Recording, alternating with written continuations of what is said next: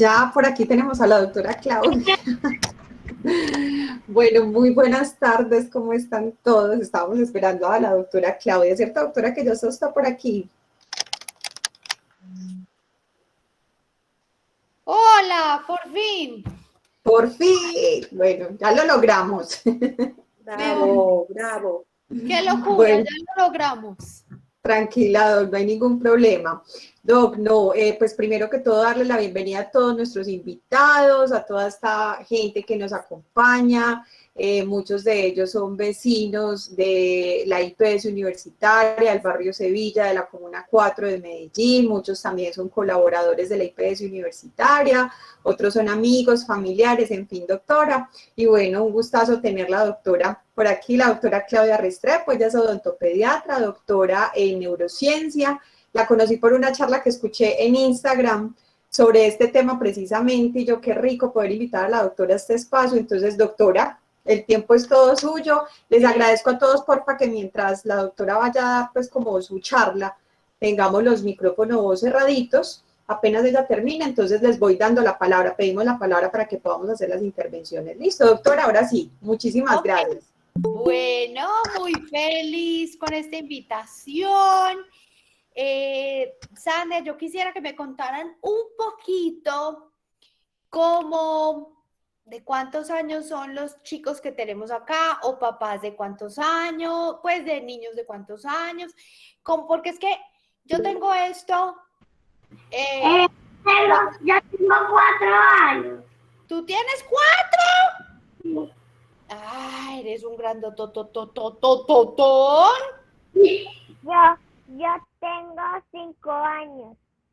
Ok, muy bien. Bueno. Bueno, no, doctora, aquí tenemos padres de familia, exactamente. Tenemos niños incluso que creo que son del programa La Cívica, que maneja una de las líderes que nos acompaña el día de hoy. Puede ser que hayan también estudiantes de un colegio que tenemos muy cerca que se llama La Javiera Londoño. Tenemos padres de familia de los niños que hacen parte tanto del programa La Cívica como de La Javiera. Y bueno, como le digo, doctora, mejor dicho, hay una gran variedad de público hoy.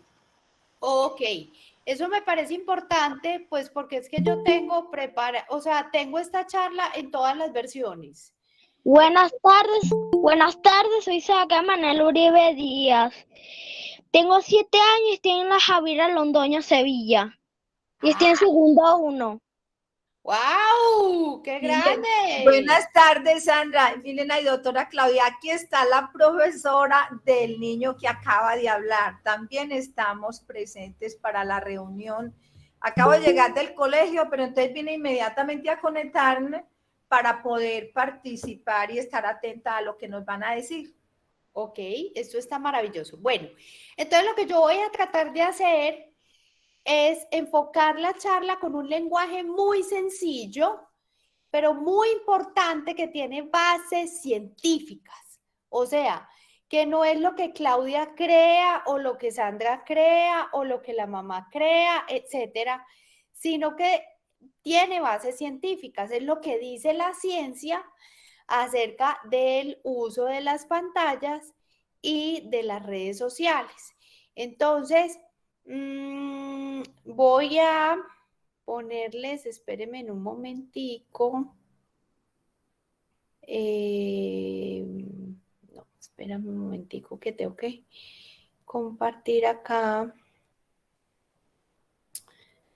este.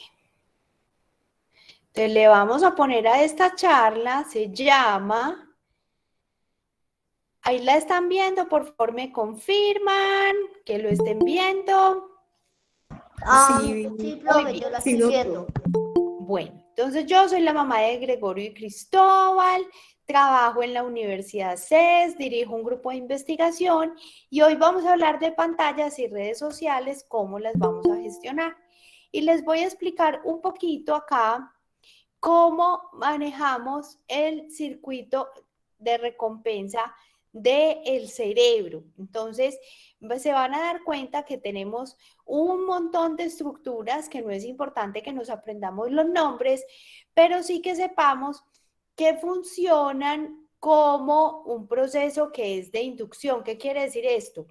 que se activa esta, después se activa esta, después se activa esta.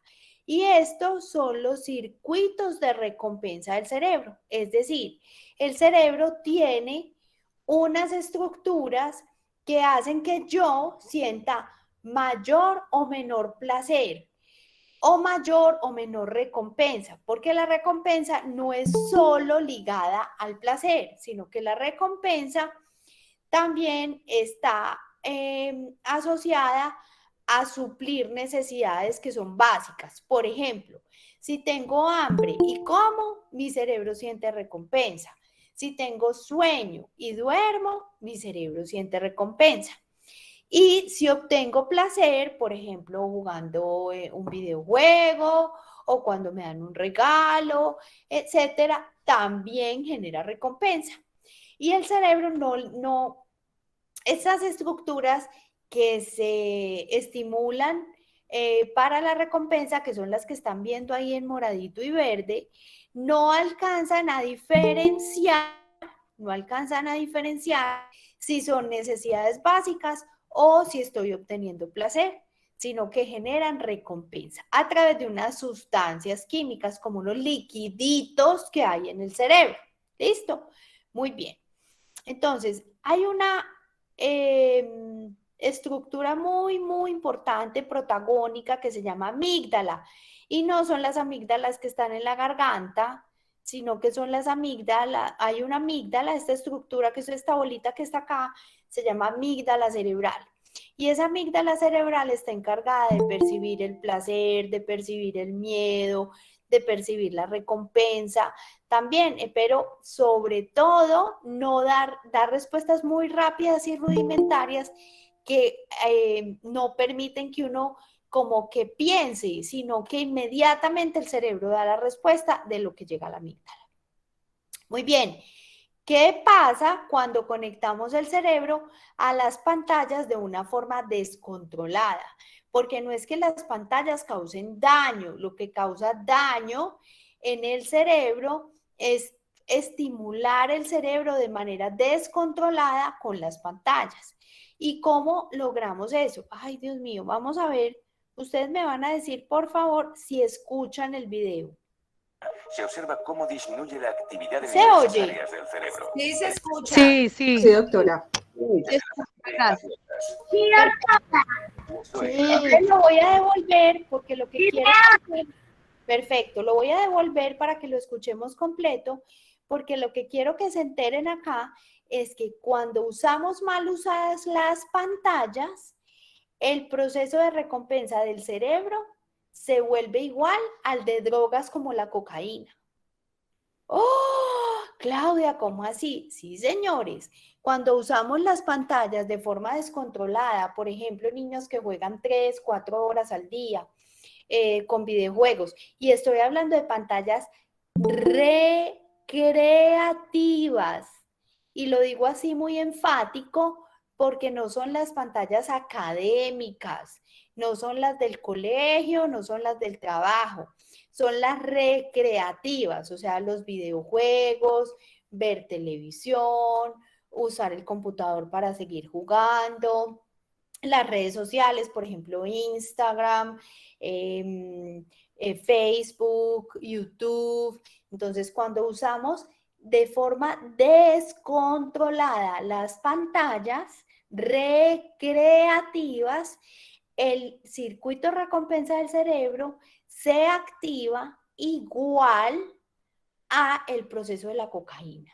Entonces, estamos preparando el cerebro para la adicción, que puede llegar a ser muy grave. Entonces, vamos a ver este video para que ustedes se den cuenta cómo funciona ese cerebro bajo los efectos del exceso de recompensa, o sea, del exceso de pantallas. ¿Listo?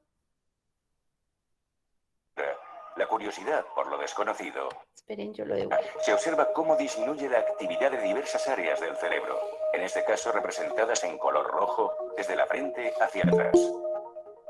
El riesgo y la aventura, la curiosidad por lo desconocido, generan un placer innato, mayor o menor según el temperamento de cada uno. Las situaciones que entrañan peligro provocan un aumento de dopamina, neurotransmisor que procesa los estados de emoción positiva.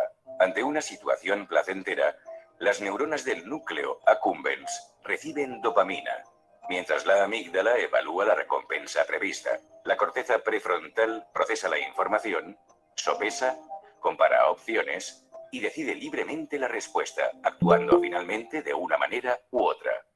Normalmente la dopamina no permanece en el espacio de la sinapsis entre las dos neuronas del núcleo accumbens. Las mismas neuronas que la liberan la recapturan al interior. Además, en esta región existen las interneuronas que descargan el neurotransmisor inhibidor GABA, que controla y dosifica la liberación de dopamina. Esto permite que nuestro cerebro mantenga un equilibrio y no estemos ni eufóricos ni apáticos sin motivo. Todas las drogas rompen el equilibrio de la dopamina, bien aumentando la concentración de dopamina en el espacio de la sinapsis o prolongando el tiempo que permanece antes de ser capturada. Muy bien. Entonces, fíjense que la dopamina es un liquidito que está en el cerebro y que es súper importante para ese proceso de recompensa. Todos tenemos que tener dopamina. El problema es si la tenemos alta o bajita. Es como si tuviéramos insulina. La insulina controla el azúcar en el cuerpo y el problema, todos tenemos que tener insulina. El problema es si está hacia arriba o hacia abajo. Todos tenemos que tener hormona de la tiroides. El problema es si está hacia arriba o hacia abajo. Por eso la dopamina, igual que estos ejemplos que les acabo de dar, tiene que estar regulada.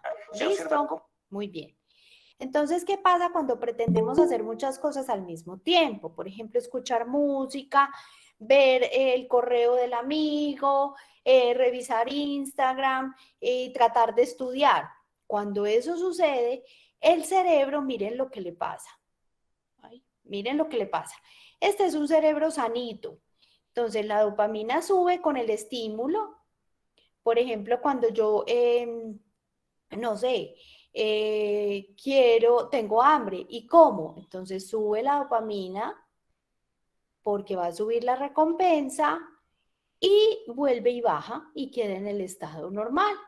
Y cuando eso sucede, el cerebro se concentra en una sola actividad y miren la activación tan grande que tiene.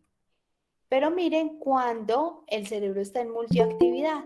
La dopamina sube, ante el siguiente estímulo se mantiene arriba, ante el siguiente estímulo se mantiene arriba, luego nuevamente, y el cerebro no alcanza a activarse de manera eficiente para todas las situaciones, sino que se activa un poquitico para una cosa, un poquitico para otra, un poquitico para otra, y no logramos hacer nada bien. ¿Listo? Hagan los micrófonos, porfa, chicos. Y en la adolescencia, miren lo que pasa.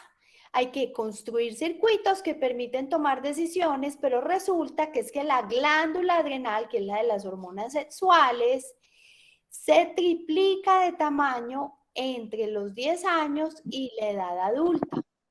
Entonces, lo que sucede es que lo que va a pasar ahí es que esos circuitos se vuelven mucho más lentos. Chicos, por favor, pongan el micrófono en silencio.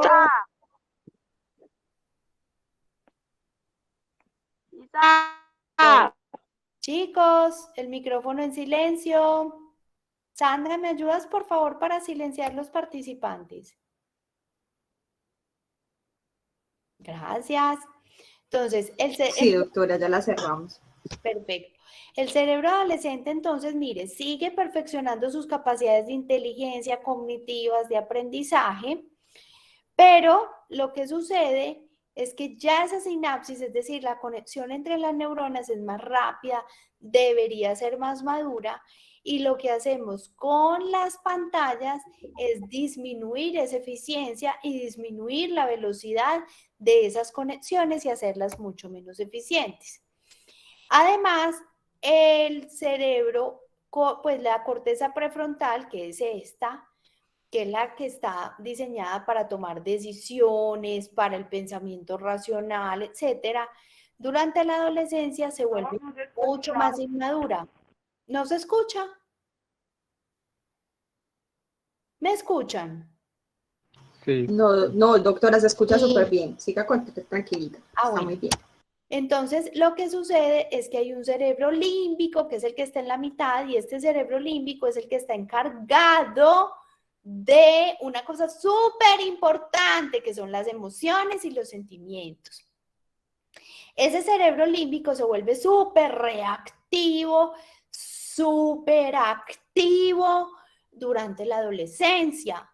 Entonces, estos chicos ya lo que quieren es pertenecer al grupo, gustarle a los otros, y eso hace que sea mucho más inmaduro el proceso de pensamiento, y en ese orden de ideas requieren mucha más dopamina para la atención, la motivación, la perseverancia. Les voy a contar una historia. Resulta que esa dopamina, ese liquidito que conecta las neuronas del cerebro, no lo produce el cuerpo. Esa dopamina viene de un aminoácido que se llama tirosina. Y adivinen qué, esa tirosina no la comemos. Por ejemplo, en las verduras, en las frutas, en el pescado, por ejemplo, la trucha tiene gran cantidad de dopamina, de tirosina, perdón. ¿En qué más? En los frutos rojos, en las moras, en las fresas, en las cerezas, también en la yuca, en el yacón, hay gran cantidad de tirosina. Entonces, cuando nos comemos esa tirosina se vuelve dopamina. Cuando no tenemos una buena alimentación, lo que sucede es que el cerebro empieza a buscar dopamina de otras fuentes que se lo entreguen, entre comillas, gratis. Por ejemplo, el uso de pantallas, el uso de drogas o el uso de azúcar refinado. Y hablemos un poquito de redes sociales, porque ahora tenemos una exposición muy grande de los niños desde muy temprana edad a las redes sociales. Hablemos un poco de esas redes sociales. Este es un estudio que se hizo, que se publicó en 2017. Es un estudio en Inglaterra, hecho en Inglaterra, pero miren lo que pasó aquí tan interesante.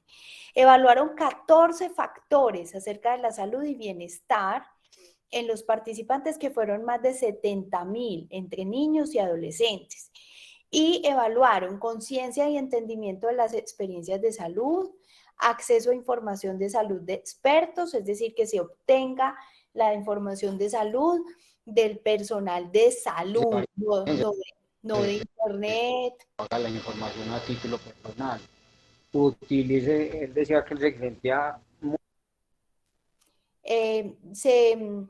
No obtener información de otras personas, sino personas de salud. ¿Qué tipo de soporte emocional es el que tiene el niño? ¿Qué tanta empatía, con cuánta empatía cuenta? Y recordemos que la empatía no es igual a simpatía. La empatía es la capacidad de ponerme en los zapatos del otro, mientras que la simpatía es cuando mis emociones coinciden con las del otro. No necesariamente cuando yo siento empatía, siento simpatía. Es decir, yo puedo no estar de acuerdo con la pataleta que estás haciendo, pero entiendo tus motivos. Por ejemplo, ese es un ejemplo de empatía. Simpatía es cuando gana Mariana Pajón en los Olímpicos, todos estamos igual de contentos. Es decir, no hay una gente triste y otra contenta, no, todos estamos contentos. Eso es simpatía, todos compartimos el mismo sentimiento, llámese de tristeza o de felicidad, mientras que la empatía es la capacidad de ponerse en los zapatos del otro, así yo no comparta su emoción. Además, evaluaron ansiedad, los sentimientos de preocupación, de nerviosismo, dificultad. Evaluaron si había depresión en los participantes, en niños y adolescentes. Evaluaron la soledad, angustia por no sentirse acompañado, la calidad y la cantidad de sueño. Evaluaron las expresiones que uno tiene acerca de sí mismo, la capacidad de expresar ideas, sentimientos, pensamientos.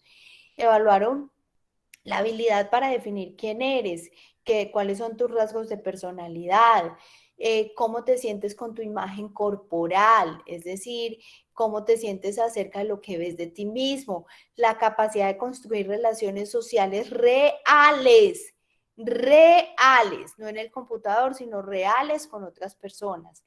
La construcción de grupos, es decir, el sentimiento de pertenecer a un grupo y que tenga pensamientos similares a los míos. Evaluaron si había niños sometidos a bullying y el miedo a desconectarse por pensar que quedará fuera del grupo. Y miren, perdón, me devolví aquí. Y miren lo que encontraron. Con todo esto que evaluaron, encontraron que la red social más riesgosa para todo esto es Instagram. Precisamente porque Instagram tiene mucho contenido fotográfico, mucho contenido gráfico, que en realidad nos lleva a tener un estándar tanto de belleza como de personalidad, como de muchas cosas, que no necesariamente es alcanzable. La que sigue de ahí para abajo es Twitter, después Snapchat y finalmente la menos riesgosa es YouTube, porque estamos buscando el contenido que nosotros queremos ver y no necesariamente nos están poniendo un contenido aleatorio. Entonces se vio relacionada más con el aprendizaje que con problemas de salud, contrario a lo que fue Instagram. Ahora, ¿qué pasa con los niños que comen con pantallas? Comer con pantallas daña en el cerebro una estructura que se llama la médula oblongata. Y ahí hay otro neurotransmisor, o sea, otro liquidito de los que conectan el cerebro, y ese neurotransmisor se llama serotonina. Y cuando se daña esa serotonina, los niños pierden la capacidad de saciedad, es decir, no saben cuándo están llenos ni cuándo tienen más hambre. Fuera de eso, es inversamente proporcional a la comunicación entre padres e hijos. A más niños viendo pantallas en la mesa, menor probabilidad de comunicación. Y además de eso, vamos a tener otro rollo importantísimo, que es la capacidad de autonomía para la mesa, o sea, de comer solo con buenos modales y de probar varios tipos de alimentos, porque estamos concentrados en otra cosa.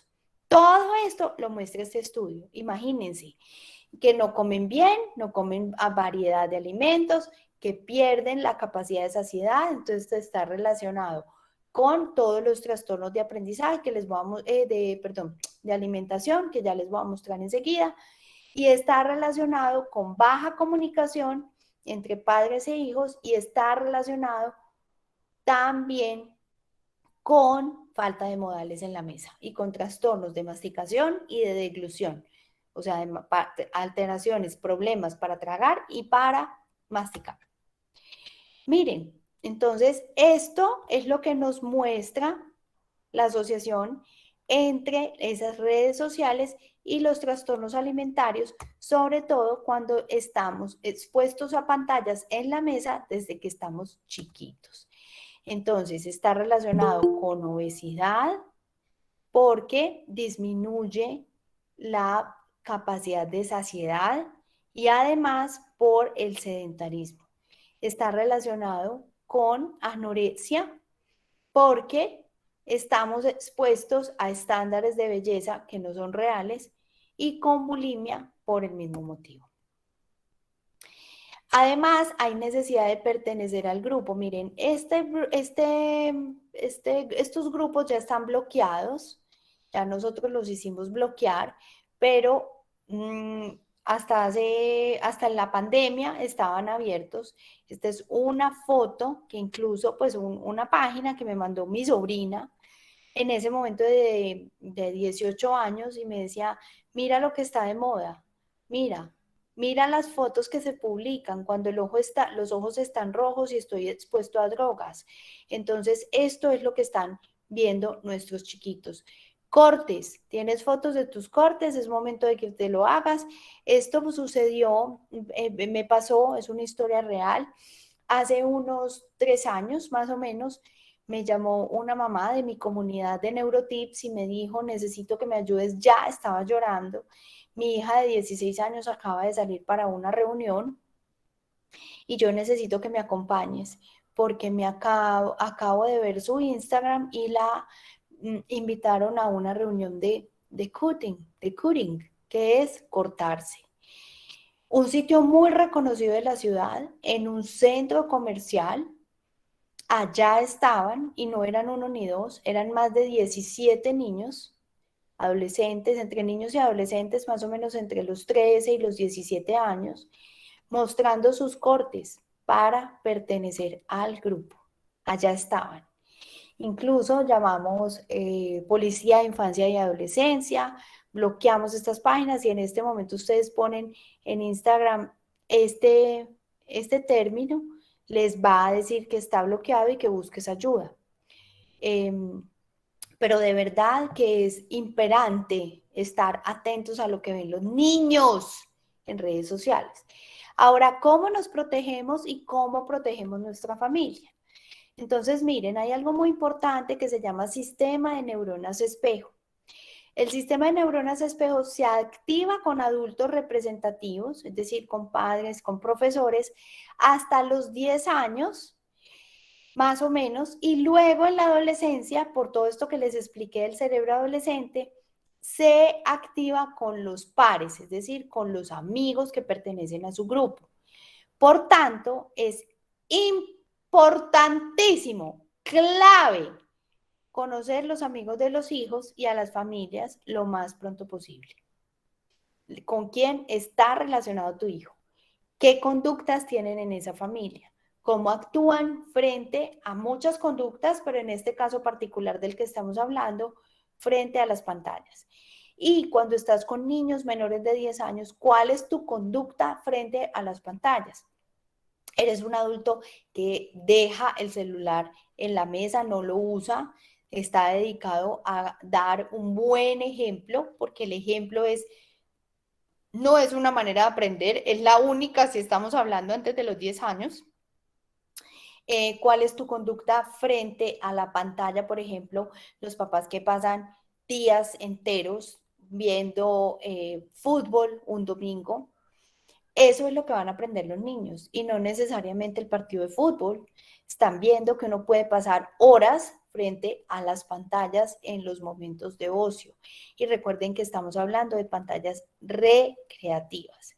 Estamos hablando de cómo son sus amigos, sobre todo a partir de los 10 años. Son amigos que hacen un soporte adecuado de esa amistad y de las emociones del otro, o son niños que inducen el uso o el mal uso de las pantallas, ¿cierto?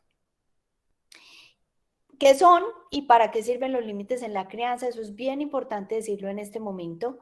Los límites son comportamientos de todos los miembros de la familia. Es que no es de los niños, es de todos los miembros de la familia y de la sociedad en general que permiten la convivencia segura y armónica. Me ha tocado muchas veces intervenir jardines donde para entretener a los niños les ponen películas, ¿cierto?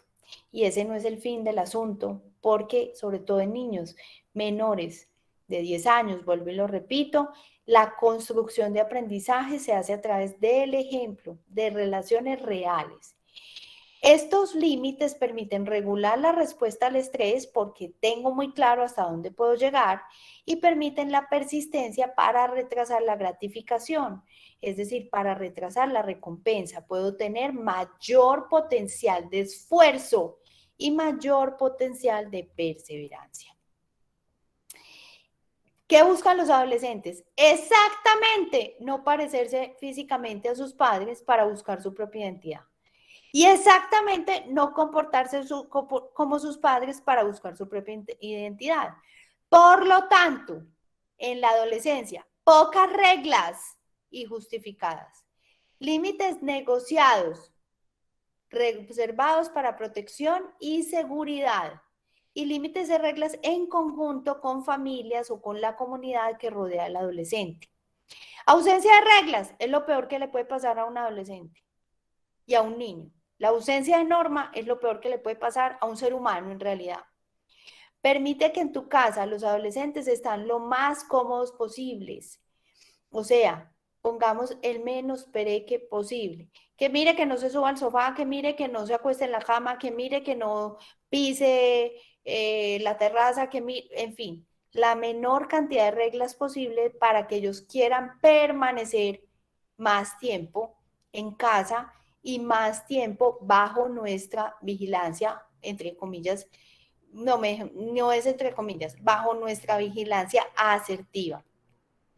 Y conoce a profundidad los amigos de tus hijos. Respecto al uso de pantallas. Entonces, miren, este es otro estudio bien interesante donde compararon las barreras físicas con los filtros parentales.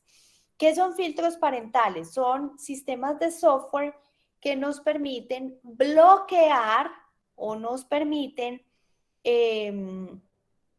identificar a qué páginas, a qué juegos están llegando nuestros hijos y hacer un filtro o un dispositivo para que puedan o no acceder a ellos, ¿cierto? Mientras que las barreras físicas son aquellas que limitan el uso porque no está disponible. Por ejemplo, el internet en esta casa funciona hasta tal hora y a partir de esa hora se desconecta. Por ejemplo, un contrato de uso de dispositivos móviles y de redes sociales, que los que lo tengan hijos adolescentes que estén entregando celular en este momento o cualquier dispositivo móvil, lo pueden encontrar en las historias destacadas de @neurotips_ en Instagram. Ahí hay un contrato, un ejemplo de contrato de uso de dispositivos móviles y redes sociales, que incluso he tenido familias que lo han ido a notariar. En notaría se firma ese contrato, porque el celular nunca debe ser del adolescente, nunca debe ser del hijo, sino de los papás, porque poder tener gestión y control sobre ese dispositivo depende en gran parte de la propiedad que tú tengas sobre ese dispositivo. O sea, casi que ese dispositivo móvil se entrega en comodato. Y límites de tiempo y espacio para uso de pantallas. No se usa en los cuartos. No se usa después de cierta hora en la noche. Los celulares se cargan afuera. Es muy importante que los niños y los adolescentes sepan que sus papás no solo están en el deber, sino en la obligación de tener todas sus claves. En los niños, mientras la tutoría de los datos personales sea de sus representantes legales o de sus acudientes, prima el derecho a la protección que el derecho a la intimidad. Entonces, los niños en celulares, en redes sociales, uno dice, no, es que el niño no tiene redes sociales, tiene el celular con WhatsApp. WhatsApp es una red social, YouTube es una red social, Instagram es una red social, Facebook, Snapchat, todos estos son redes sociales. Casi que en el momento que usted entrega el dispositivo móvil, está entregando la red social. Entonces hay que gestionarla. Y esta investigación mostró que es mucho más efectivo las barreras físicas que los filtros parentales. Ahora, hay también una correlación entre personalidad y la adicción a Instagram, que como les mostré en el primer estudio, es el que mayor riesgo representa. Entonces, cuando favorecemos la amabilidad, la autoconciencia, estar abierto a experiencias reales, todo esto me va a hacer una protección para la adicción a Instagram. ¿Por qué? Porque genera autoadherencia, es decir, me quiero más a mí que a pertenecer a un grupo. Y esto va a evitar la compulsión, que finalmente es lo que me va a llevar a la adicción, o sea, me va a llevar a controlar la compulsión que me lleva a no poder evitar usar esas redes sociales. Ahora, el uso diario de Internet y el neuroticismo están inversamente proporcionales a la autoadherencia, es decir, disminuyen la autoadherencia, o sea, como el amor por mí mismo, mi autogestión y mi autoprotección, y me llevan a estar más propensos a ser adictos a Instagram. Ahora, hay que conversar en familia, hay que conversar en el colegio. Estos términos, grooming, sexting y overshare, que aunque son anglicismos, son internacionalmente conocidos. Entonces, empecemos a hablar de cada uno de ellos. ¿Qué es el grooming? Perdón, el grooming es cuando hay un adulto que se hace pasar por niño para obtener datos del niño con fines delictivos. O sea, trata de personas, que es el más importante, con fines de sexting, que enseguida les voy a explicar qué es, con fines de hackear la información de sus padres y cometer delitos informáticos financieros. En fin, el grooming es un adulto detrás que se está haciendo pasar por un niño o un adolescente. El sexting es un delito cibernético, es un término que me dice que va a haber delitos sexuales a través de las pantallas. Y no empieza pidiendo videos desnudos de una vez, no, primero extraños o incluso conocidos piden fotografías y videos de la persona perfectamente vestida. Después en vestido de baño o en ropa interior, y más adelante empiezan a solicitar videos desnudos o incluso en varias posiciones, etcétera. Eso es el sexting y es muy común porque ahora se normalizó entre los adolescentes y la adolescencia, empezando muy temprano, niños de 9, 10 años, ya vemos que están siendo víctimas de sexting. Y overshare significa compartir más datos personales de los necesarios, ¿sí? Por ejemplo, aquí dice, está en inglés, pero se los voy a traducir. Regálenme un segundo. ¿Le dices, por favor, me acuerdo que se hace silencio, mamá? Ya está ya, si le dices, por favor. Gracias. Aquí está en inglés, pero se los voy a decir en español. Dice, alerta. Si usted continúa sobrecompartiendo en Facebook y en Twitter, no tendré otra opción que hacerle daño a su perro, a usted, porque yo lo estoy viendo. ¿Qué quiere decir eso? No comparta lo que no es absolutamente necesario y a quien no es absolutamente necesario. O sea, en redes sociales, dónde nació, dónde estudió, con quién vive, la foto de perfil con el uniforme del colegio, etcétera. Imagínense la cantidad de información que alguien que pretende hacer grooming o sexting ya tiene en una sola red social. De hecho, hay un experimento muy, muy interesante donde a los niños se les pregunta de dónde obtuvieron se les pregunta sobre sus propias vidas, un perfecto extraño, y ellos preguntan, pero ¿qué pasa? ¿Usted de dónde obtuvo esa información? Tú me la entregaste a través de tus redes sociales. Imagínense. Esta es pues una partecita del contrato de celulares y redes sociales, donde papás y adolescentes o papás y niños llegan a acuerdos de cómo se va a usar. Como en cualquier contrato debe haber consecuencias. ¿Cuál es la consecuencia para cada parte del incumplimiento de una norma?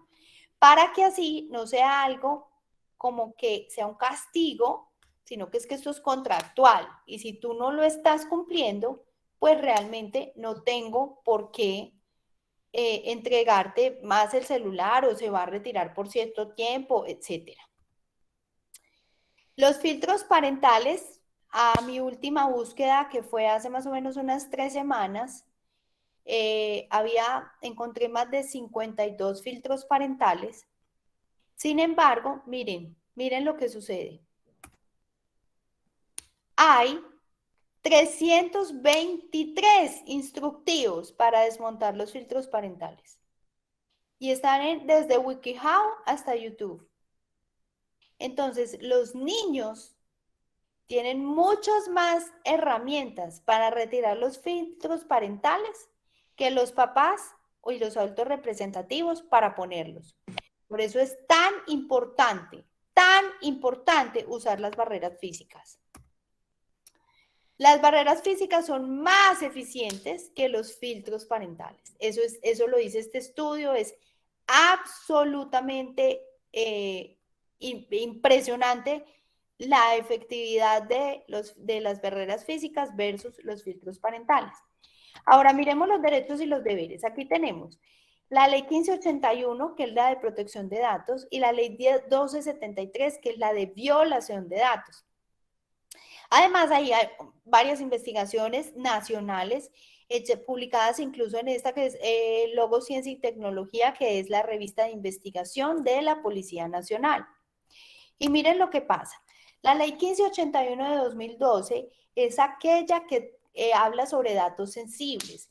Resulta que cada ser humano, cada ciudadano tiene aproximadamente 150 datos personales. De esos 150 datos personales, en los niños y adolescentes, el 100%, o sea, los 150 datos, son sensibles. Entonces, datos sensibles se entiende por aquellos que afectan la intimidad del titular o cuyo uso indebido,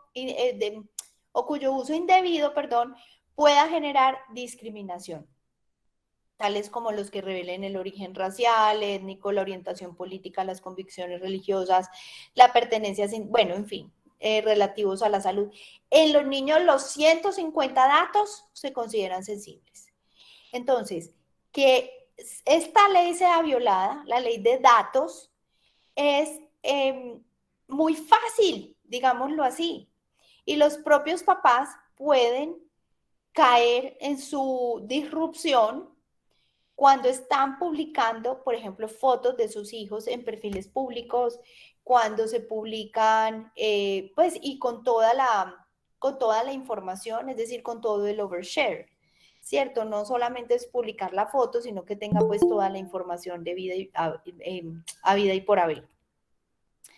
La ley, esta ley 1581, en el artículo, este es el artículo 5, y en el artículo 7 dice que habla de los derechos de los niños, de las niñas y de los adolescentes. En el tratamiento se asegurará el respeto a los derechos prevalentes de los niños, niñas y adolescentes. Aquí es donde les digo, incluso hay una sentencia, les voy a contar esta historia. Hace unos 2 o 3 años sucedió que una menor de edad de 13 años murió en un hotel en Bogotá. Su mamá se dio cuenta dónde estaba la niña, no muerta, sino dónde estaba, ella pensaba pues que estaba viva, por una conversación en Facebook, porque la mamá tenía la clave de Facebook de la niña. Así descubrieron que la niña fue víctima de grooming y que se había quedado de encontrar en ese hotel con un supuesto novio, el cual era un adulto que había hecho grooming y la había violado y la había, pues había sido víctima de abuso y víctima de asesinato. Resulta que este caso llegó al juez y el juez dijo en primera instancia que la prueba no era válida porque en Facebook, pues porque fue a través de Facebook como dieron con el victimario. Y el juez dijo que la prueba no era válida porque la mamá no tenía derecho a entrar al Facebook de la niña porque estaba violando su derecho a la intimidad. Entonces después apareció una sentencia de la corte donde en esa sentencia de la corte se hablaba precisamente del derecho que tenían los padres a proteger, la obligación de proteger a sus padres, a sus hijos, y que parte absolutamente importante era conocer sus claves de todas las redes sociales y poder tener libre acceso a sus redes sociales. En la ley 1273 de 2009 se habla de la protección de la información y los datos, y fíjense que violar cualquiera de sus artículos da pena de prisión. prisión. Y civilmente somos responsables de los datos personales de nuestros hijos en Colombia hasta los 14 años. Y a partir de ese momento son responsables los propios niños, lo cual quiere decir que un niño a partir de los 14 años puede llegar a pena de prisión por violar los datos personales de otros niños y no es primero escarcelable porque es ley de infancia y adolescencia, así sea un niño con otro niño, pues victimario el niño y víctima el niño. Muy bien. Esto es la que les conté, la sentencia.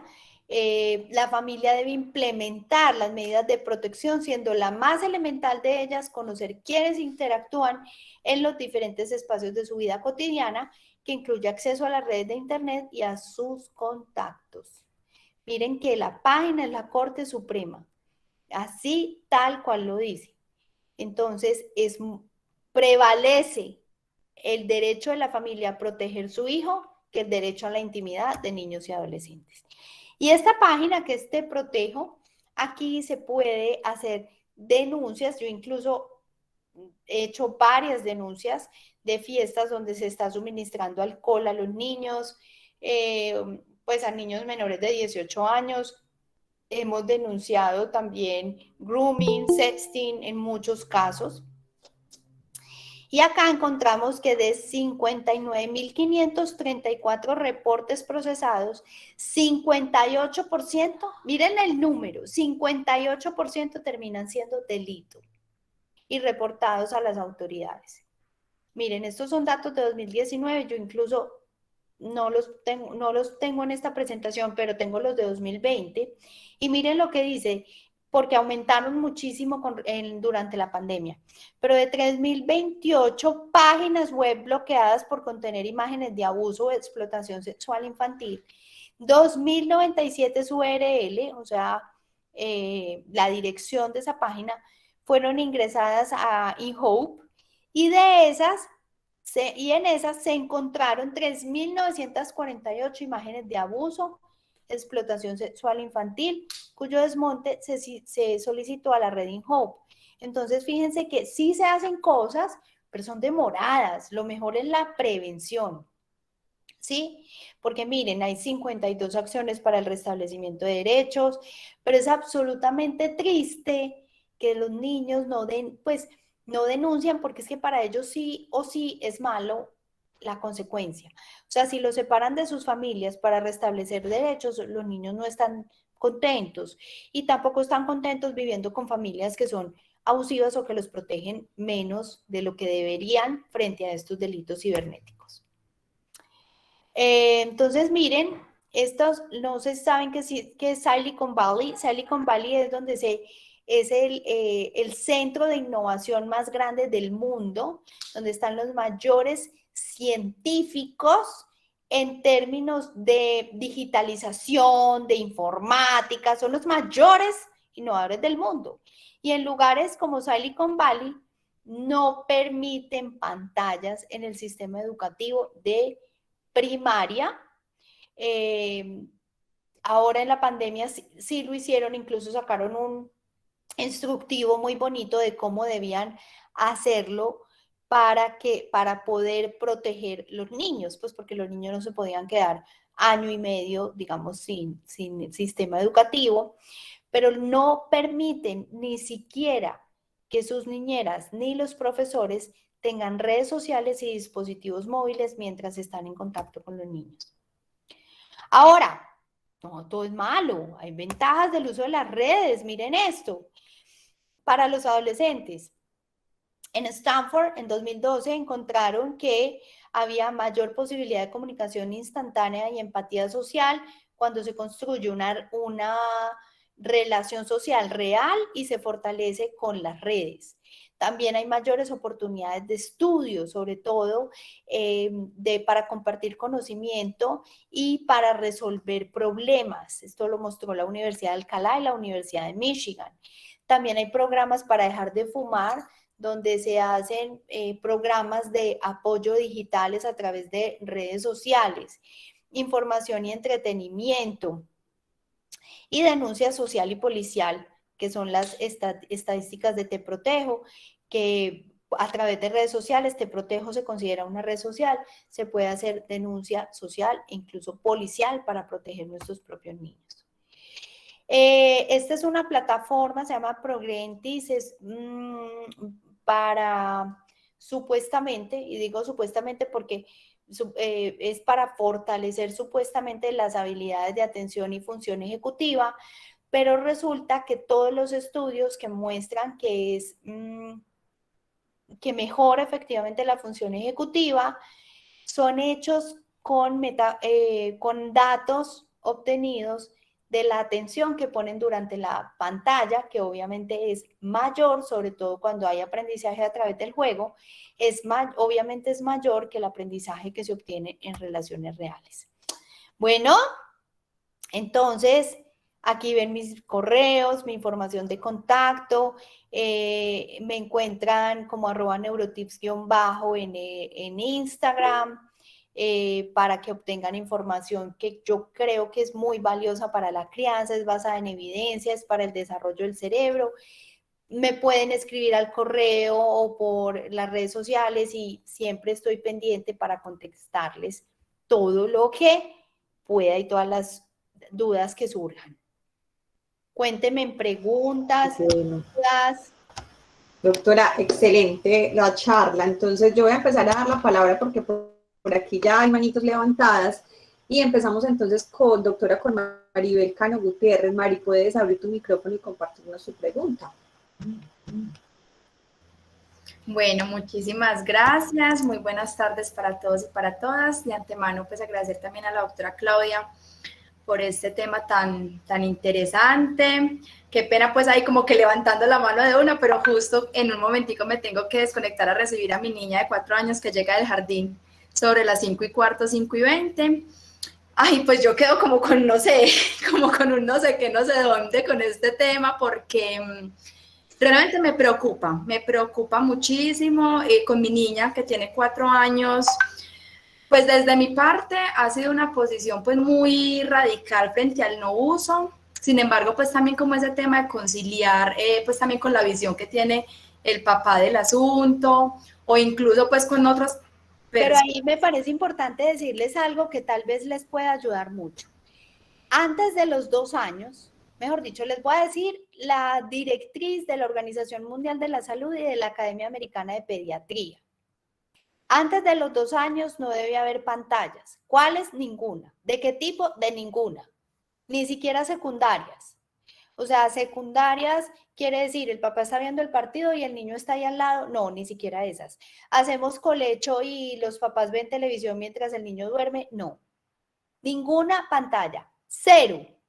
Incluso es muy lindo porque dice the only screen is to see grandpas, o sea, para ver los abuelos y eso que cuando viven lejos, no más. A partir de ahí... Una pregunta. Regálame un segundo. A partir de ahí, a los 2 años, 20 minutos. A los 3 años, 40 minutos. A los 4 años, 60 minutos. Y así nos vamos yendo cada año hasta llegar a 2 horas. Y 2 horas es el límite de uso de pantallas hasta que somos adultos. Estoy hablando de las recreativas. Gracias, doctora. Por ejemplo, ahí yo tengo también como una situación y es que como en ese asunto generacional y que se ha dado más pues ahorita como en la pandemia. Entonces, por ejemplo, en la pandemia mi mamá pues, la abuela de mi niña inicia con el uso del smartphone porque ella hasta la pandemia se había pues negado como a usarlo, pero ahorita pues vio que era la única opción, o sea, nada más que hacer. Nada más que pero hacer. Entonces resulta que ahorita, pues, o sea, ella vive prácticamente en el primer piso del edificio, es quien me apoya también con el cuidado de la niña cuando no está en el jardín muchas veces. Entonces el plan es la nieta y la abuela, entonces venga Julieta, enséñeme cómo es que se usa WhatsApp, venga, enséñeme cómo es que es el video de YouTube. Y yo pues lo he hablado con ella, pero también es eso, o sea, mi mamá está como en ese proceso de aprendizaje. Julieta es alguien que pues aunque ha sido muy restringido el uso, pero que hoy ella pues lo que es YouTube y WhatsApp lo maneja. Entonces ahí eso por ese lado. por otro lado, está pues como en todo este asunto como de la exploración y como yo estoy pues en trabajo en casa, entonces ella muchas veces me ve pues acá en el computador, entonces queriendo escribir. Entonces, mami, ven cómo escribo, entonces ya empieza como a querer manejar el teclado del computador y en el WhatsApp, o sea, ella ya teclea, ella dice, hola papi, ¿cómo te está yendo en la oficina? Entonces a mí me va dando como un asunto porque es como, bueno, que no lo use, pero también como que a veces veo que le desarrolla algo que pues que ya hace parte como mucho en esta época. No desarrolla nada, mejor dicho, desarrolla muchas cosas, pero ninguna que no se pueda desarrollar después. En cambio, lo que está dejando de desarrollar por estar en una pantalla, sí son muchas. Ok. Entonces el límite son, me dijiste que tenía 4 años. 20, 40, 60 minutos. ¿Ya? Ok. Y eso es acumulado. Si los vio en televisión, ya no hay celular. Si los vio en celular, ya no hay televisión. Es acumulable. Perfecto. Entonces ahí también la pregunta como que frente a esas situaciones es cómo hacer como para ir entonces reduciendo, porque sí, o sea, hay días que Julieta puede pasar 2 horas, por ejemplo, entre esos requisitos. Porque genera adicción, como les dije. Ajá. Entonces hay que bajarlo de a 10 minutos, con barreras físicas, porque si no te hace un síndrome de abstinencia. De a 10 minutos hasta llegar al límite que es. Ok.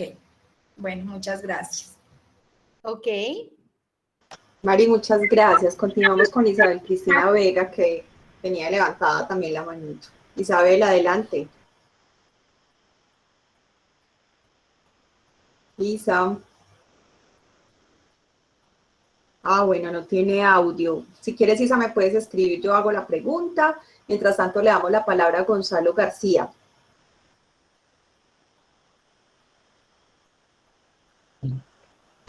Buenas tardes. Hola. Buenas tardes, don Gonzalo. Doctora, buenas tardes. Yo soy Gonzalo García. Soy un abuelo de 67 años. Tengo 3 nietos. Puedo morir. Tengo una niña de 12 años y unos gemelos de 10. Pero la hermosura y todo, estoy embalado. Porque se me mantienen muy pegados a la pantalla. Y realmente esta charla me tocó. Y me tocó duro. ¡Qué bonito! Eso me alegra un montón. Porque yo no manejo medios. Yo estoy aquí con ellos. Perdón. Que ellos me dicen cómo entro y todo. Pero yo veo que ellos me pasan mucho y yo brigo embolatarlos y todo. Ellos juegan es que TikTok, mantras, Sanchantron, no sé qué más. Yo no sé con la pronunciación de ellos. Pero no tienen redes sociales. Esos que me acabas de decir son redes sociales. ¿Eso se consideran redes sociales? Sí, porque los videos se juegan en línea, son redes sociales, TikTok es una red social. Exactamente. Todo por donde interactúen. Y los videojuegos tienen... Entonces yo quisiera saber y es que cuál es la situación ahí, qué correctivos tomar, en fin. Es una crianza mucho más exigente, se los digo por experiencia. Si ustedes, pues, si se fijan, bueno, en este momento llevamos, porque yo apenas llegué ayer de vacaciones, entonces hoy no he montado nada, pero yo monto muchas ideas de actividades.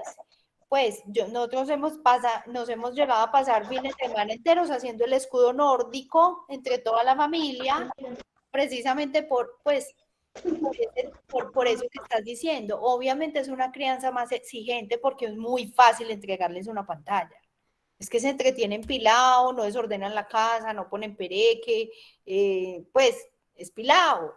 La crianza es mucho más exigente, pero hay que hacerlo, porque si no, después los profesores universitarios, perdón Gonzalo, estamos diciendo, no, pero es que todo lo quieren ya, pero es que el esfuerzo ¿dónde quedó? Pero es que no tienen perseverancia, y es porque los estamos exponiendo a situaciones que no deberían estar expuestos a edades muy tempranas. Precisamente cuando se desarrollan esos circuitos de recompensa de atención, motivación, perseverancia, función ejecutiva, esfuerzo. Les trastocamos toda la dopamina y la serotonina, preparamos el cerebro para la recompensa inmediata, preparamos el cerebro para la adicción y disminuimos esas conexiones que tienen que ver con la función ejecutiva. Entonces, definitivamente hay que ir haciendo cambios en la crianza que permitan que los niños estén menos expuestos a las pantallas recreativas. Porque mire, doctora, perdón, ellos antes de la pandemia eran muy activos, patinaban, nadaban, fútbol, todo. Ya nos cogió el encierro aquí y no cambian por nada la pantalla. Entonces, mientras tienen aquí una pantalla, ellos no se acuerdan, no les da hambre. Hay que poner les da límites sed. físicos, desconéctenles el internet y díganles que es hora de irse a jugar fútbol. No es quíteles del todo las pantallas, porque es que no podemos tener niños legos en las pantallas en este momento, esa no es la opción, pero hay que distribuir la cosa. Yo, por ejemplo, hoy, que me iba a la 1 de la tarde, tenía una cita, y dije, estos pues ya, mis hijos, que hoy es el último día de vacaciones, les decía, no, ustedes llevan ahí sembrados 2 horas, pues si tienen 10 y 12, ya están, les dije, ya han sembrado 2 horas, les está costando hoy gestionarse, porque cuesta, porque es que te eleva el cerebro a niveles de recompensa que no obtienes fácil de otras maneras. Y yo sabía que me iba a ir y que ya no podía estar encima. Les dije, me entregan la pantalla, los dos computadores se fueron, ya no están. Tienen 10 y 12, no tengo consolas de juego. ¿Cuál? Ninguna. No tengo Xbox, no tenemos PlayStation, no tenemos ninguna plataforma de juego. Celulares, no. Aquí va a llegar a los 14 años. ¿Por qué? Porque lo dice la ley. Es que yo no entrego un carro a los 13, así mismo tengo que manejar.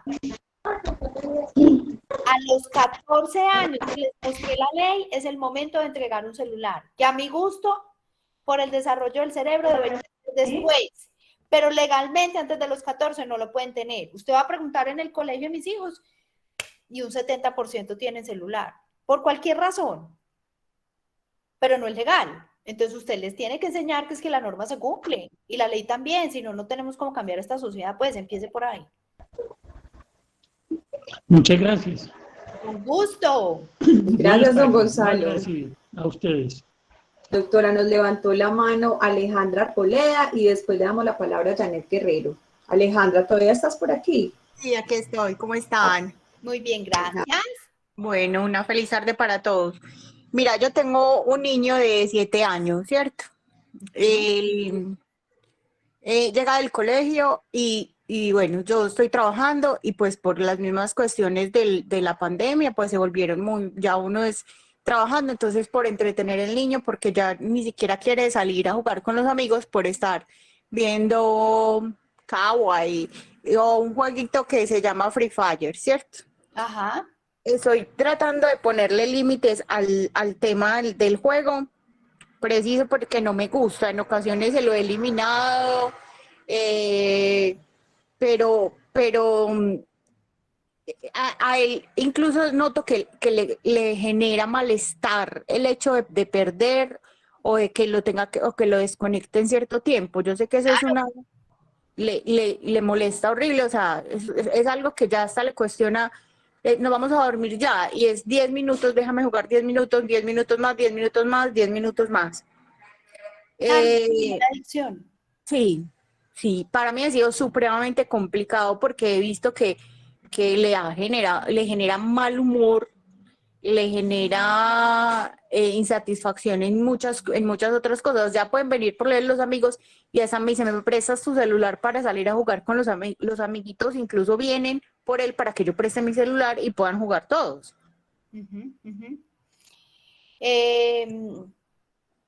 Tienes toda la razón, por eso les digo que es una crianza más exigente. Incluso tengo un gran amigo pediatra que en estos días estábamos dictando un curso juntos y él me decía, tuve un niño con intento de suicidio de 11 años porque la consecuencia de la mamá por un mal manejo del celular fue, obviamente ese es un caso extremo, pero fue retirarle el celular y el niño intentó suicidarse, de ese nivel. Y yo he tenido varios pacientes con convulsiones por baja cantidad de sueño y por alteración de la melatonina, porque con la luz del dispositivo la melatonina no se activa. Entonces, claro, tienes toda la razón, es mucho más exigente, como les digo, pero hay que hacerlo. Hay que hacerlo. Y la alternativa no es quite la pantalla, es quite la pantalla y yo llegué al punto de irme a trabajar, por ejemplo, a la clase de tenis de mis hijos. Me voy a la clase de tenis y me voy de computador. Entonces yo voy trabajando mientras ellos juegan. Pues o así, como tratar de buscar alternativas que nos permitan a todos estar en el rol que debemos, pero eso incluso nos sirve a nosotros mismos también para ponernos los horarios que necesitamos con las pantallas. O sea, en este caso sería ponerle 1 hora de juego nada más. ¿Cuántos años me dijiste que tiene? Tiene 7. Él va a hablar, incluso aquí está a mi lado. Ya puede tener 2 horas, pero nunca pueden ser 2 horas antes de dormir. O sea, si él se duerme a las 7, que es lo que debería pasar el resto de la noche, no deberíamos tener pantallas después de las 5 de la tarde, por ejemplo. Después de las 5 de la tarde. Perfecto, doctora. Muchas gracias. Ok. Él está acá escuchando conmigo. Maravilloso. Gracias. Alejandra, muchas gracias. Janet, y luego le leo, doctora, la pregunta que nos quería hacer Isabel Cristina, que estaba sin audio. ¿Listo? Bien. Janet, adelante. Gracias, buenas tardes para todos. Muchas gracias por el tema, espectacular. Tengo una duda puntual, bueno, dos. Primero, mi hija de 8 años y medio está súper encarretada con Duolingo y tiene unos avances geniales. ¿Eso cuenta para el tiempo de exposición a pantallas? ¿En qué grado? Porque pues realmente sí se mete unas rachas como de 1 hora porque está súper encarretada, entonces eso me preocupa. Esa es la primera pregunta. Y la segunda es que hasta qué punto como que ver televisión sea como un premio, ¿cierto? Eso a mí me da como rabia. Entonces No yo he debería estado ser un pensando, premio. yo estaba pensando como bueno, vamos a volver a barajar este tema de la televisión y les voy a proponer que veamos, por ejemplo, las 2 horas de televisión, que bueno, ya me acabas de recordar que es 2 horas antes, 2 horas antes de dormir, qué maravilla que no lo estaba teniendo en cuenta. Supongamos que fueron miércoles y entonces los fines de semana que sea televisión, entonces sería como un premio. A mí ahí esa es como la duda, como ¿qué No, pasa? debería ser parte de la rutina, pero mientras que se cumplan a ver, cuando tú tienes, las rutinas son inductivas. ¿Qué quiere decir inductivo? Tú no te levantas y te vas para el colegio antes de bañarte y desayunar. ¿Sí me entienden? O sea, yo me levanto, me baño, desayuno, pues estoy dando la rutina en mi casa. Me levanto, me baño, desayuno, me voy para el colegio. Entonces yo tengo una rutina que es inductiva. Si no pasa esto, no pasa lo siguiente. Pero no es porque sea un premio, no es porque hiciste la tarea, entonces vas a ver televisión. No, es que es un proceso inductivo.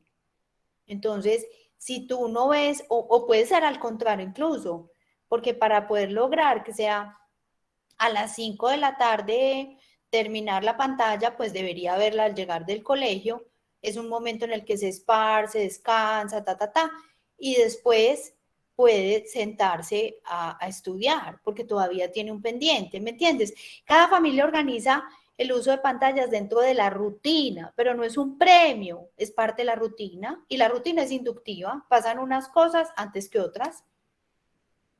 Porque es que yo, o sea, en la rutina de esta casa lo teníamos contemplado de 6 a 7 o 7 y cuarto, precisamente porque nos parecía inaudito que viviendo en una finca se perdieran de compartir en la naturaleza, pues, o sea, mejor dicho, en mi casa no se ve nada de televisión de pantallas en el día. Pues Tienes porque toda la razón, pero le puede alterar el sueño, mucho, y porque, afectar el aprendizaje. ok, y lo de Duolingo. Es una pantalla recreativa constructiva. Es que hay pantallas recreativas constructivas y otras que no son constructivas. O sea que esa pues es válida y no tiene necesariamente que hacer parte de las 2 horas, pues que pueden. No, si es parte de las 2 horas. Todo lo que no sea académico hace parte de las 2 horas. Perfecto, mil gracias. Ok. Bueno, doctora, le voy a hacer una pregunta que nos hacía Isabel Cristina. Ella nos decía, para un niño de 6 años expuesto a la virtualidad por estudio, ¿cómo regular los tiempos de exposición a pantallas recreativas?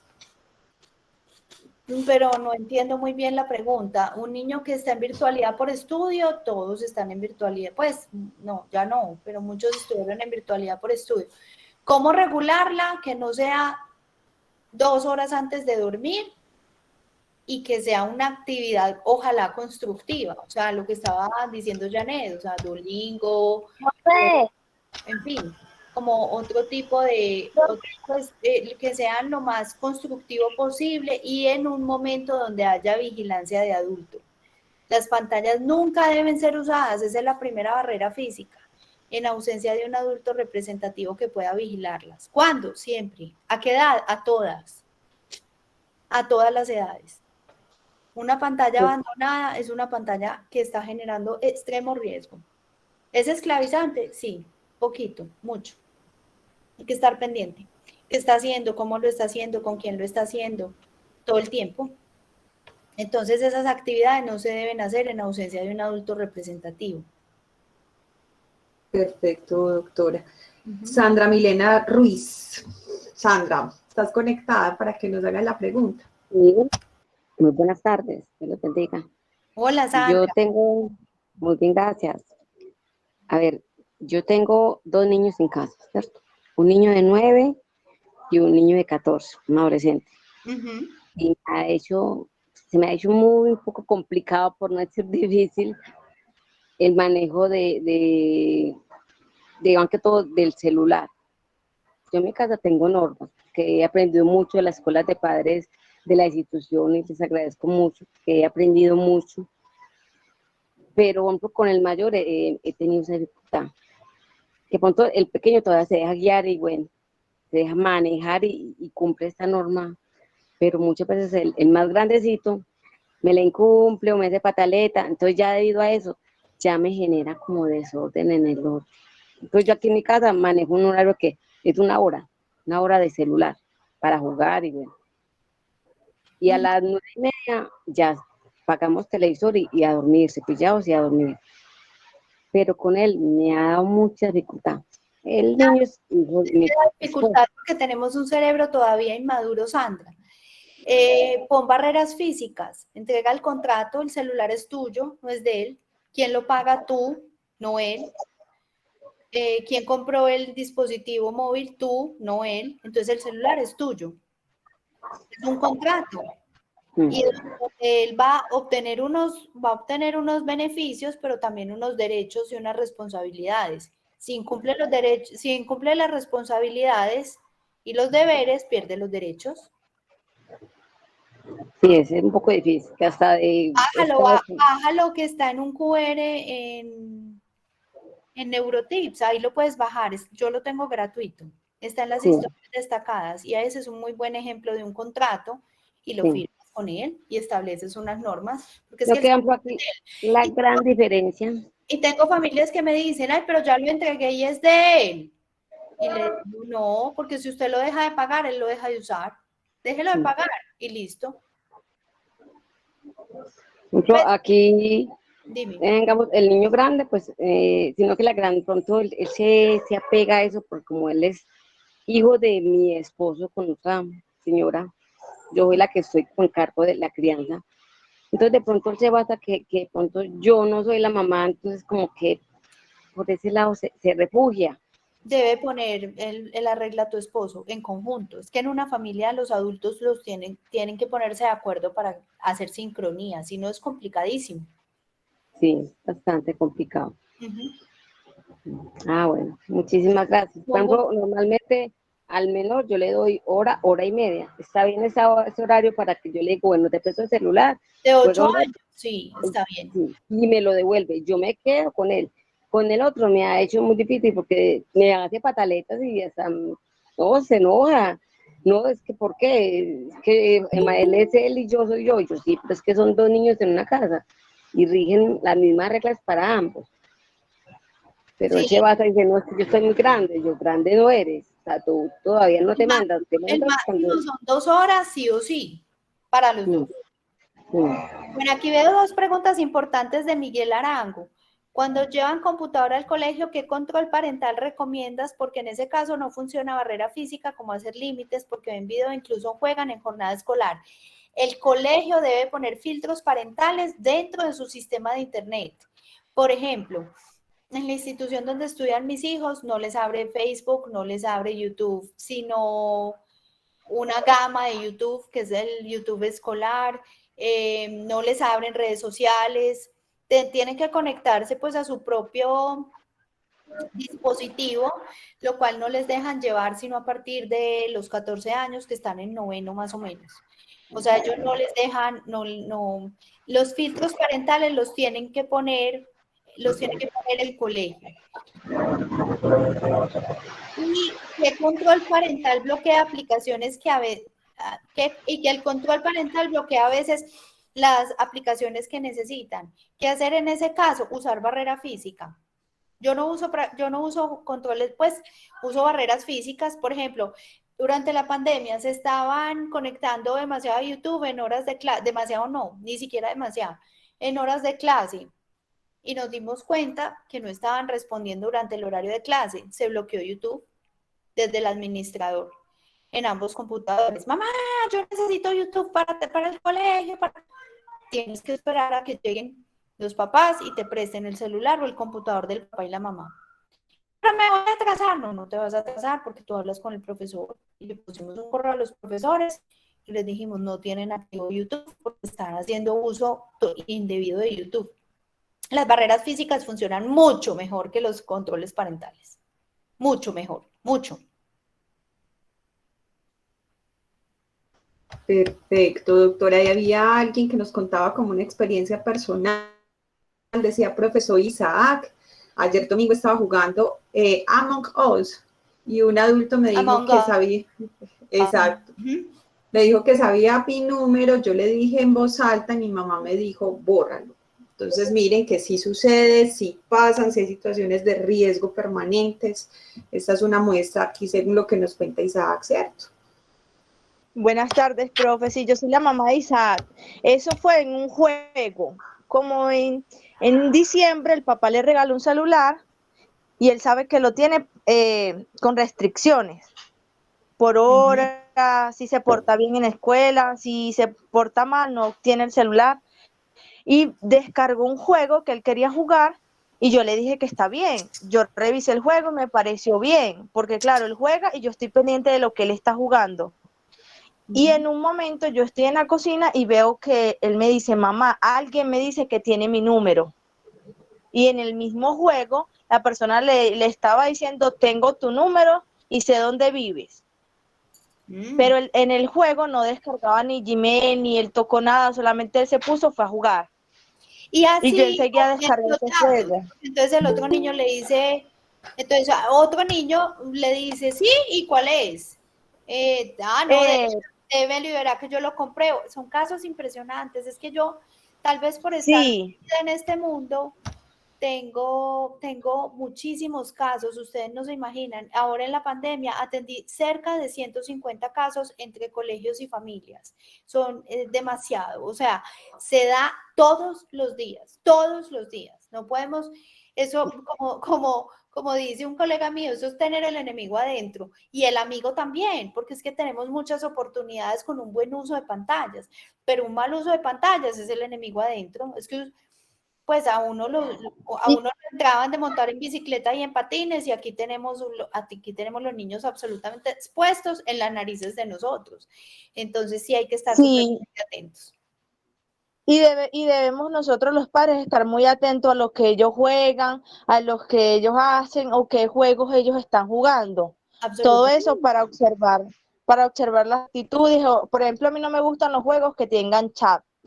O sea, todos esos juegos donde ellos se pueden interactuar con otras personas, él sabe que yo los elimino enseguida, porque yo le he explicado a él que siempre hay adultos que se hacen pasar por niños y que después quieren jugar con él o decirle otras cosas que no deberían ser, y lo trato como de guiar más o menos ahí. De acuerdo. Súper. Bueno.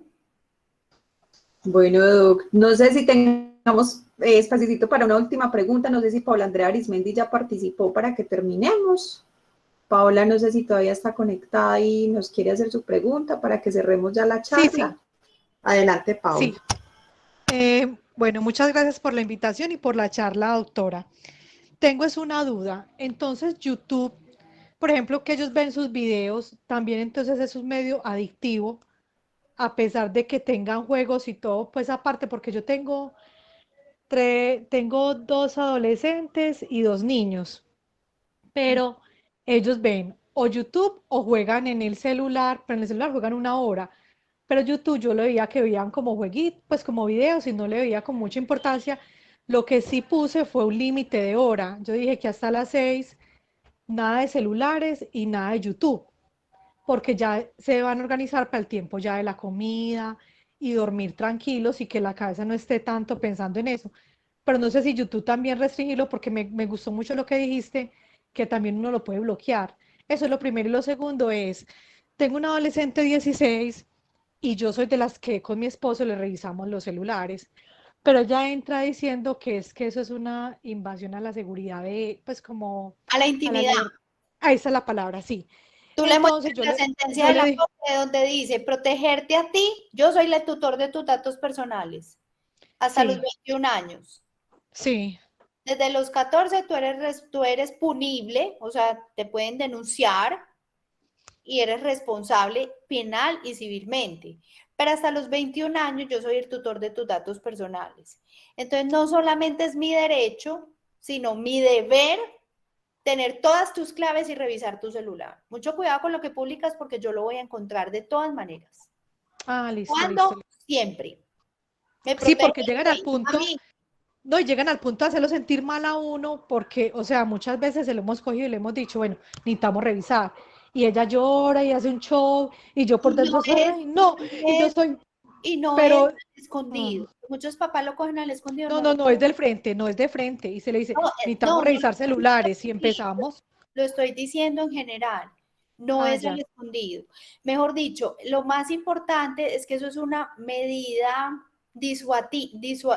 disuasiva, porque ellos tienen que cuidar bastante bien qué es lo que van a escribir y a publicar, porque saben que los vamos a revisar. No, y es que en los chats uno hay veces nota que tienen como sus épocas y son muy vulgares, entonces ya hay, bueno, ¿por qué estás grosero? ¿Por qué estás diciendo eso? Y aquí me muestras otra cosa. Entonces no eres transparente, entonces gracias a Dios no se da cuenta como de todo eso, pero entonces sí quería aclarar eso, porque ella se metía como en el, de que yo le estaba invadiendo allá las cosas, yo decía, fue madre, ¿cómo así? Pero ya voy a bajar también ese QR que le diste a la otra mamá y se lo voy a mostrar a ella. Gracias. Sí, con todo el amor. Bueno, doctora Claudia, nuevamente queremos reiterarle los agradecimientos. No sé si nos recuerda nuevamente las cuentas en Instagram, la página web donde Voy la a poner podemos aquí en el chat, es Perfecto. Neurotips, porque yo tengo 2 cuentas, pero la otra es muy científica, digamos, es más dirigida a personal de salud. Entonces, aquí les voy a poner, es neurotips_bajo, y mi correo es crstrepo_s@neurotips.net, no, ces.edu.co, que es el de la universidad, y crstrepo@neurotips.net. Jason, ¿quieres dar un mensaje de cierre? Doctora, de entrada, de parte de la IPS universitaria, de toda la comunidad vecina de la Comuna 4, de muchos de mis compañeros de trabajo, amigos, vecinos, familiares, que están participando en este espacio, al programa de la Policía Cívica, a la Javiera Londoño, muchas gracias de verdad por regalarnos todo ese conocimiento, por abrirnos los ojos en tantas cosas de las que muchas veces somos ignorantes y pues realmente estamos propiciando factores o momentos de riesgo para nuestros hijos. Jason, ya vamos a terminar, nos vas a hablar, que nos dice que nos quería dar su opinión. Sí, mira, he estado muy pendiente de lo que estaba hablando la doctora, y yo soy un adolescente recién cumplido de 18 años, y quiero hablar desde mi experiencia, ¿cierto? Desde que yo soy muy pequeño, se me ha dado mucha confianza con dispositivos, redes sociales, se me ha soltado la correa tenaz, tenaz. Y a medida que voy creciendo, me voy dando cuenta que hay personitas que usan estos medios de comunicación, estas fuentes como tan importantes para hacer cosas malas. ¿Sí o qué? Qué bonito, Jason, que nos digas tú desde tu experiencia eso, es que es muy valioso. ¿Y cuál es el otro? San Cristóbal o San Antonio, no me acuerdo. Sandra, regáleme la palabra, por favor. Hola, entonces van presentándose varios casos en los que de mi parte me he sentido acosado por mujeres mayores, hombres mayores, y desde mi propia experiencia, desde mi propia crianza, como se me ha dado la confianza, eso ya también depende muchas veces de la crianza. Yo muchas veces me echo a un lado, pero llegan casos en los que uno dice, como, pues, ¿por qué no pruebo? ¿Por qué no experimento? Sí, o que ahí es donde llega el problema, De ¿cierto? acuerdo. Y hay un momento para cada cosa, porque tu cerebro tiene que estar en un punto donde tú seas capaz de rechazar eso que estás diciendo y donde tú llegues al punto donde puedes generar esas barreras para defenderte, incluso haciéndote a un lado. Pero cuando llegamos muy temprano a esas pantallas, incluso hay estudios que muestran que cuando se llega antes de los 4 años, el riesgo aumenta un 86% en la adolescencia, porque el cerebro ya viene con el sistema de recompensa tan alterado que ya la capacidad de resiliencia y la capacidad de asertividad es 86 veces más baja que los niños que llegan a pantallas después de los 4 años. Imagínense ese nivel. Sí, dale, y más que todo que, por lo que yo he leído, por lo que yo sé últimamente, por ejemplo, si estoy en lo correcto, yo soy de la generación Z, ¿cierto? La generación que estuvo entre las pantallas y los libros, ¿cierto? Pero ya la generación que viene, la generación T, nació con pantallas, nació con tecnología, nació con todo, ¿cierto? Ya esa, aún así, desde mi generación, desde los pelados que han crecido conmigo, desde el 2000 para arriba más o menos, hay que ponerles mucho cuidado, o sea, es que hay que ponerles mucho cuidado porque estamos abiertos a un mundo de posibilidades y muchas veces no sabemos cómo manejarlas. Uno tiene que estar muy consciente de lo que pueda pasar en el mundo para saber qué le pueda pasar a uno. De acuerdo, tienes toda la razón. Estoy copiando y todo. Esa información que estás dando es absolutamente valiosa. Espectacular. Mil gracias, Jason. Listo, entonces llega ese momento en el que uno cree que ya está listo para, pues como para intentar, como para probar. Resulta y sucede que uno no está listo. Uno mismo se engaña, uno mismo cree que sí, pero no. Entonces llega ese momento donde uno se da contra el muro. Siente que no estaba listo, que se dio mucha rienda, que no era el momento, que debió haber hecho caso, que debió haber escuchado. Entonces uno mismo se da esos golpes de pecho. Entonces llega ese momento donde uno piensa que no está completamente listo, pero debería seguir intentándolo, ¿cierto? Entonces uno se acerca, no exactamente a personas de la familia, sino personas que te den una confianza para contarle lo que hayas sentido, lo que hayas vivido, y intentas buscar una solución o un punto de vista externo para poder entender lo que está pasando. ¿Sí o qué? Por ejemplo, desde mi caso, yo pertenezco al programa de la psica juvenil y yo me he sacado muchas veces a preguntar, no exactamente, sino cómo va a sacar el temita por un lado. Las respuestas que he encontrado son muy buenas, están abiertos a las posibilidades, o sea, es un mundo externo al de la familia porque a veces uno siente que la familia lo puede juzgar, De acuerdo. Ujú. entonces uno va a un lado externo, pero sin perder la confianza que ya tenía. Entonces uno va encontrando esas pequeñas respuestas, esas pequeñas cosas, pequeños méritos, todo lo que lo hace sentir bien a uno poco a poco y vuelve a reconfortar toda la confianza que tenía en uno mismo, vuelve a formarse todo su entorno, vuelve a hacer todo de nuevo. Entonces uno dice, bueno, ahora sí, vamos. Y vuelve a empezar. Y se vuelve a equivocar, vuelves a repetir el proceso. Porque no se trata de que falles y te estanques, no. Tienes que fallar y seguir, y seguir, y seguir, y seguir. Porque nada ganaríamos con fallar y quedarnos ahí. Porque estaríamos dejando muchos valores atrás. Porque las redes sociales tampoco son solo juegos, solo ver videos, también uno aprende muchas cosas. Total, tenemos un uso que es absolutamente no solamente importante, sino necesario. Exacto. Absolutamente de acuerdo, total. Pero hay que tener el cerebro preparado para parar y para seguir. O sea, entonces ahí está el rol de los papás y de los adultos representativos. Exacto. Ahí es cuando uno se pone a pensar que, ¿qué tal si me hubieran dado más cuidado? Tal vez no hubiera cometido tantos errores. Tal vez no hubiera fallado tanto. Tal vez hubiera sido más fácil. Entonces, la invitación que yo desde mi persona doy es que las mamás y los papás que estén en la reunión escuchando se acerquen más a sus hijos y empiecen a pensarlo como si fueran gente externa dándole consejo a unos amigos, que se acerquen poco a poco. No tienen que llegar regañándolos de una, acercársele más por un lado, por como a ellos les guste. Ya si los niños son muy rebeldes, ya se tiene que tomar medidas más extremas. Pero para empezar se puede ir tomando por un lado. No pasa nada, pueden ir haciendo lo que decía la doctora, que el contrato, eso les da cierta responsabilidad porque están entendiendo que tienen que hacer cosas para poder merecerlo. Tienen que armar méritos. Y es muy bonito porque si usted le va enseñando poco a poco que la vida no es fácil, la vida no está regalada, puede llegar mucho más lejos. Puede empezar a formar más carácter y eso le va ayudando mucho más para poder enfrentar situaciones externas que vienen de las redes sociales y así por el estilo. De acuerdo.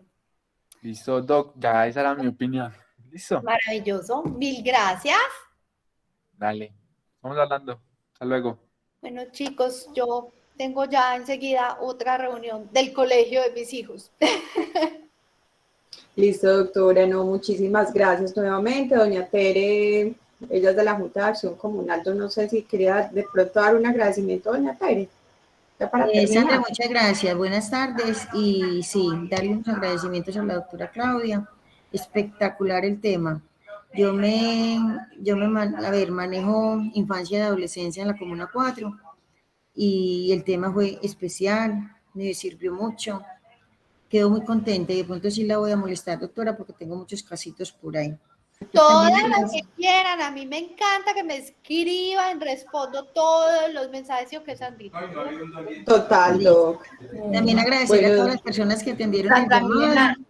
Qué bueno. Está Mirta, que es edilesa de la comuna, ahí está Irma, que es consejera, a Jason me le quito el sombrero, es un niño de la cívica, que él ya salió de la cívica, y me le quito el sombrero porque ha pasado unos trabajos muy difíciles en estos últimos días. Jason, te felicito. Qué belleza, muy hermoso. Qué Y muchas gracias a Sandra, pues tan especial y tan dedicada a la comunidad. Sandra, Milena, yo quiero robar un minutico. Yo soy docente de la Javiera y realmente agradecerte y agradecerle a la doctora Claudia. Uno como docente, mire que llegan, cómo es, todo lo que llega a uno es novedoso y un complemento de lo que uno maneja. Me parece genial porque no todo el padre de familia ni el estudiante a veces cree en el maestro. Se cree más en el profesional que está ejerciendo este campo, la doctora Claudia. Espectacular. Algo que también, por ejemplo, digamos, en lo que era la dipamina y la tirosina, mire que a uno llega en terminologías que uno dice, uy, ven los productos, en los alimentos, en todo aquello. Y decir, como decía Jason, qué bueno ese acompañamiento como mamá, que se llegue a ser amiga de sus hijos y que ellos creen en ella y les depositen esa confianza verdaderamente porque se está en una incertidumbre de novedad, en una incertidumbre de que ya se está haciendo el papá a un lado, pero es por ese mismo, digamos, ocupaciones y todo esto que maneja la familia, que a veces se deja ese espacio de libertad para que el estudiante ocupe su tiempo. Entonces, mire que es interesante y ya no me siento para poder, quisiera quedarme hablando, pero hablando, concretar, pero sí respeto el espacio. Sandra, muchas gracias por tener en cuenta siempre la Javiera Londoño. Y a la doctora Claudia, qué bueno que en una escuela de padres la tengamos en la institución. Estoy lista. ¿Qué dicho? Me consta que la doctora está abierta a las invitaciones y tarde o temprano nos responde y nos acompaña. Ya es muchas muy gracias. Especial. Doctora, ahora sí, qué pena. Muchísimas gracias. Dios la bendiga. Con ustedes, hasta luego. Se cuida muchísimo. Hasta luego. Muchísimas gracias, doctora. Para que sepan, las charlas están quedando grabadas en el canal de YouTube de la IPS Universitaria. En el chat aparece la dirección, listo, para que la consulten. Yo creo que a partir de mañana está disponible. Y el 27 de este mes, Dios mediante, vamos a tener otra charla específica sobre riesgos en redes sociales, listo, con la Fundación Red de Bogotá. Yo les voy a avisar también oportunamente para que nos acompañen. Vamos a hablar específicamente de los riesgos en redes sociales para que aprendamos más de eso. Muchas gracias y una feliz tarde. Gracias, muy Sandra. bien. Feliz tarde. Hasta luego, feliz tarde. Hasta luego. Hasta luego, muchas gracias. Hasta luego, Jason. Qué rico escuchar luego, tu Dios testimonio. bendiga, gracias. Cuídense mucho. Hasta luego. Sandra, hola. Don Iván, cuénteme.